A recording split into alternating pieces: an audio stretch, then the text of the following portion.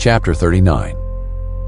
Now Joseph had been taken to Egypt. An Egyptian named Potiphar, an officer of Pharaoh and the captain of the guards, bought him from the Ishmaelites who had brought him there. The Lord was with Joseph, and he became a successful man, serving in the household of his Egyptian master. When his master saw that the Lord was with him, and that the Lord made everything he did successful, Joseph found favor with his master and became his personal attendant.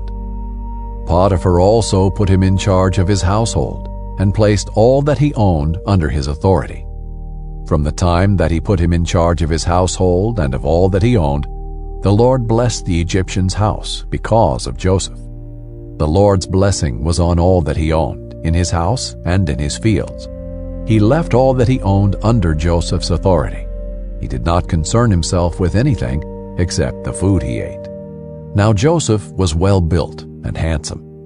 After some time, his master's wife looked longingly at Joseph and said, "Sleep with me."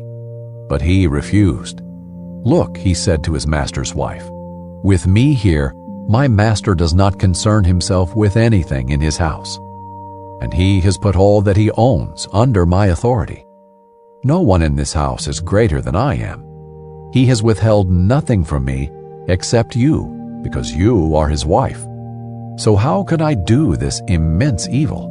And how could I sin against God?" Although she spoke to Joseph day after day, he refused to go to bed with her. Now one day he went into the house to do his work, and none of the household servants were there. She grabbed him by his garment and said, "Sleep with me." But leaving his garment in her hand, he escaped and ran outside. When she saw that he had left his garment with her and had run outside, she called her household servants. "Look," she said to them, "my husband brought a Hebrew man to make fools of us. He came to me so he could sleep with me, and I screamed as loud as I could.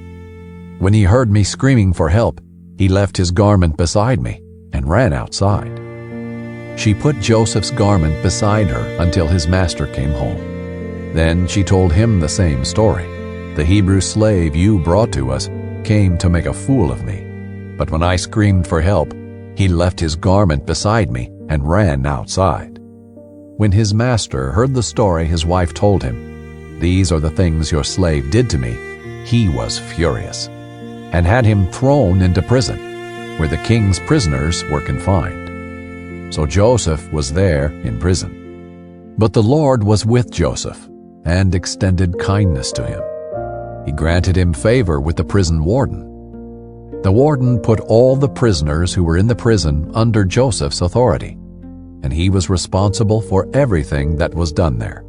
The warden did not bother with anything under Joseph's authority, because the Lord was with him, and the Lord made everything that he did successful.